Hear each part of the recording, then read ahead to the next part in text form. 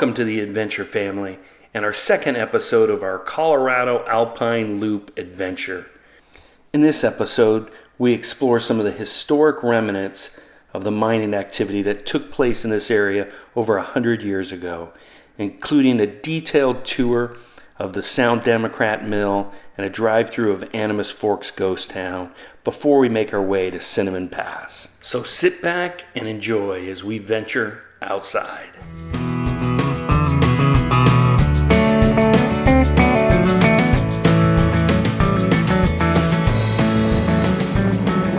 So according to the map, this area was known as the San Juan Queen Mine.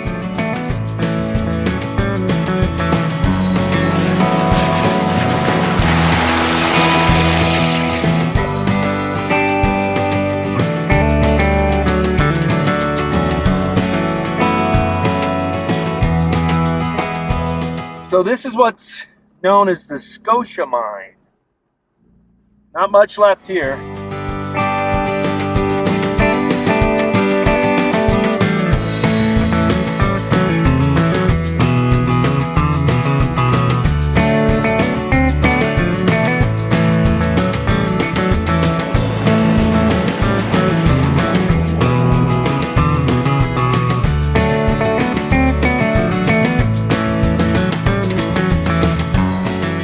Valley is incredible. Leftover mill site from the Sound Democrat Mine. See if we can make our way there.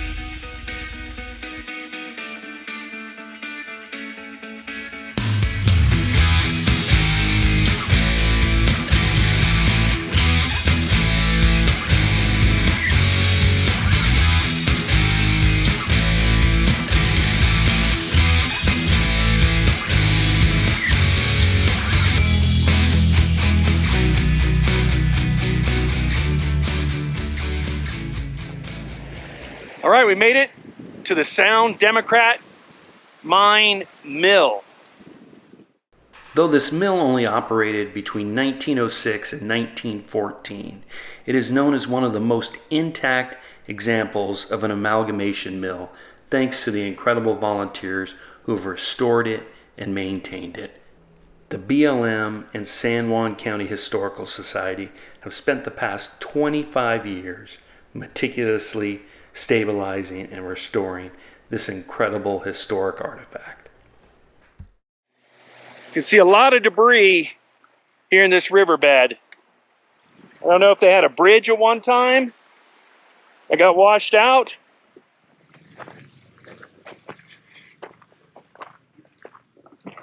Bang, bang, bang. There's no lost hand. Exactly. There's no ore coming through at the top. But still, OSHA would now agree. No.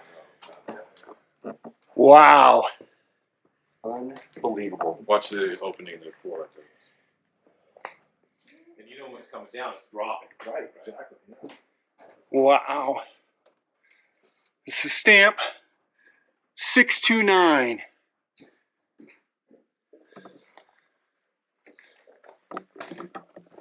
Take a look up here.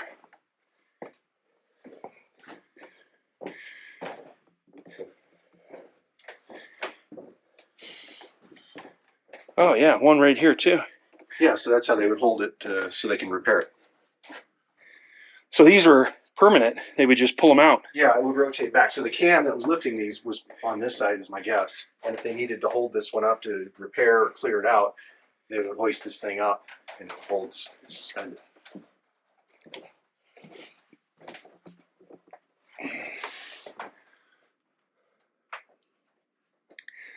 Cable system, whatever was driving this.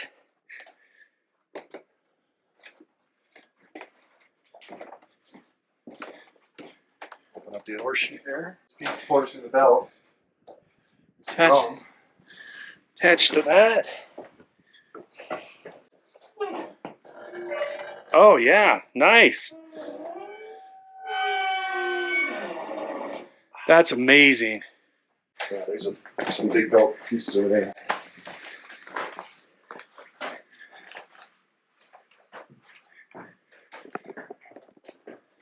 This is one of the best preserved mills I've seen.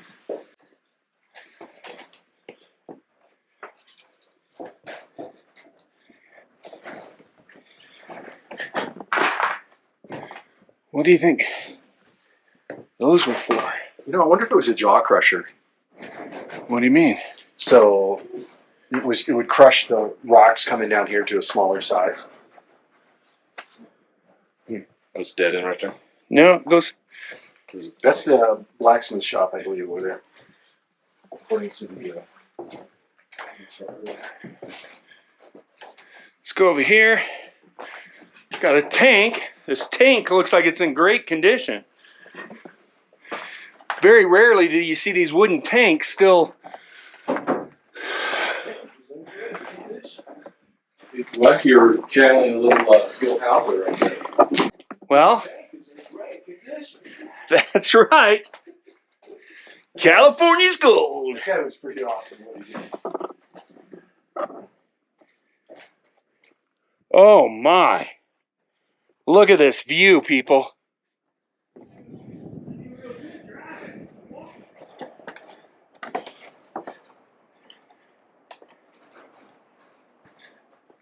So the concentrate or the ore they would put in here, and until it was smashed up to where it could go through these screens, it would stay in there.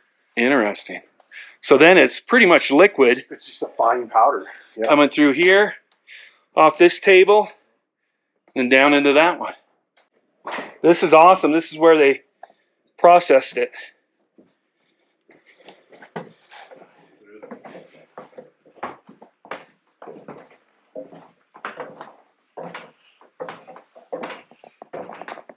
All right, tell us what we're looking at here, Weston. Well, I'm guessing these riffles here they were using to separate out the ore, and it probably shook back and forth to allow for some movement as they ran water across. Back and forth or Yeah. left to right? Sure. You know, it looks like it teetered. Yeah, it was like a teeter-totter. Yeah, yeah. And then the ore would probably drop into here. Not sure where they would load it. What side do you think they loaded it from? That side? Or were they loading it from up above? How was it loaded? By chutes? Well, right, and it would have to be It a would come in- powdery. Yeah, Coming down here yeah, into here. yeah. Maybe these were the chutes that were Yeah, coming and from there. maybe it more or less tilted that way, so it would drive stuff that way. That is phenomenal. The tables would oscillate and the concentrate would move across the ruffle bars, capturing the heavier metal constituents. The waste would pour off at the bottom of the table into wooden trowels called launderers. The collapsed ruin of level 6 below, which was added in 1909, housed a secondary concentration process. So you think that's what was feeding it? Yeah, because I saw like a turnbuckle up there, Okay. and there were some remnants of the other side of it, and then the counterweights I think are On the other side. Yeah. They're just shafts. I mean, there's a shaft right there. Yeah. So there is just a ton of shafts and audits throughout this area. but I have to commend the BLM. They have done a phenomenal job of shoring them all up. It's the tram receiving terminal.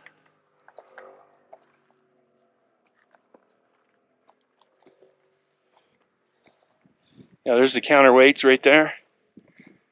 So what do you see out there, Wes? Well, it looks like a couple tram towers and another structure. Yeah, this valley in its heyday, just what, thousands of people out there working? I bet you they probably have even houses up here at one point in time. Probably. I think Think of all the explosions and all the noise. Even the stamps there. We had an amazing time touring the mill site, and kudos to the volunteers who have restored it and maintained it. But now it was time for us to head on to our next site, Animas Forks. So this is the remnants of the Frisco Bagley Mill and Tunnel. Originally began in 1877 and continued on until 1911. They dug its final length of 7,500 feet. The tunnel's noted for its size, symmetry, and absolute straight course through the mountain. The mill was constructed in 1912 and is one of the few concentration mills still left in this area. So this is the ghost town of Animas Forks. The first log cabin was built here in 1873, and by 1883, in its heyday, 450 people lived here, along with a newspaper, hotel, general store, and saloon. This town has been a ghost town for over 100 years, but again, due to an incredible group of volunteers who have restored and maintained these buildings, it's here for us today to explore. Here's two photos taken from the same spot, one 100 years ago and one now, and you can see the change that's occurred. Unfortunately, since it was late in the day and we'd barely covered a dozen miles so far, and we still had Cinnamon Pass to conquer, we didn't have a chance to really explore Animas, but I know we'll be back.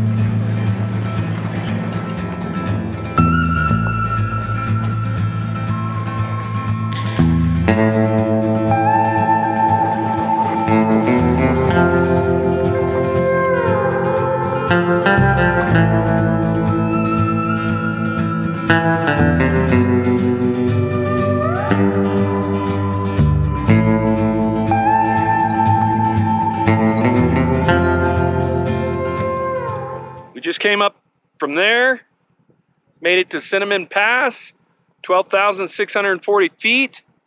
After getting our obligatory pass photo, we're back on the trail looking for a place to camp, hopefully under 11,000 feet.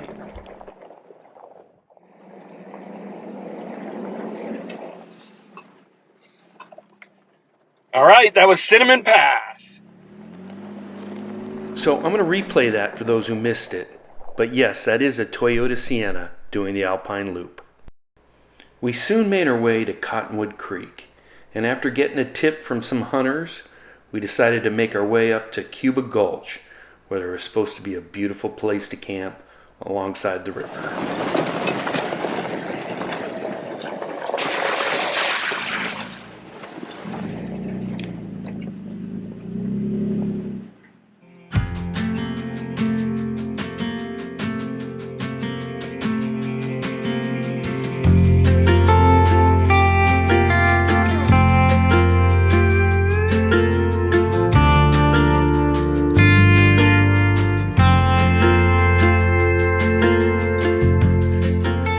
Got our camps all set up.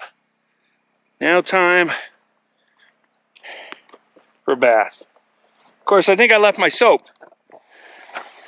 Oh, pretty nice. Woo! After a quick but much needed bath, it was time for dinner and drinks. So what do you got going on here, Weston? We're cutting up some ribeye, nice and thin, and we're going to make Philly cheesesteaks with them. So I've already done the onions and the peppers are just waiting over there. Nice. Nice, wonderful meal. Keep us warm. Wonderful meal, beautiful spot. Okay, we got special Jack Carr series old fashions with a little maple syrup here.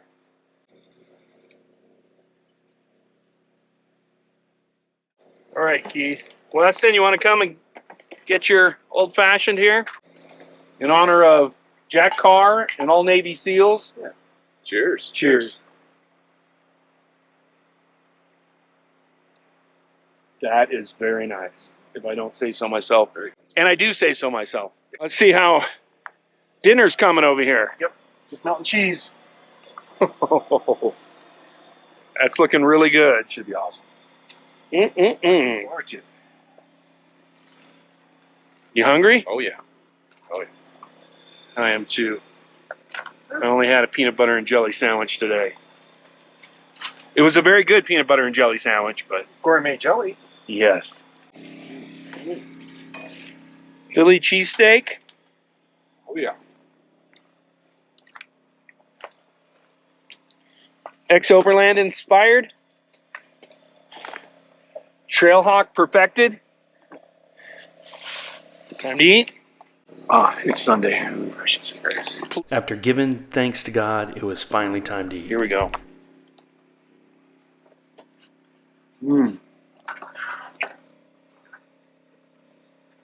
Fantastic. Very good. Nice job, Weston. Keith? Very good. And not a bad view for dinner. So I'm going to close out episode 2 of our 2023 Colorado adventure here. If you enjoyed this video, please make sure you subscribe, because in the next episode we check out this incredible waterfall as well as many other sites as we make our way up Engineer Pass. So thanks for watching, and we'll catch you the next time we venture outside.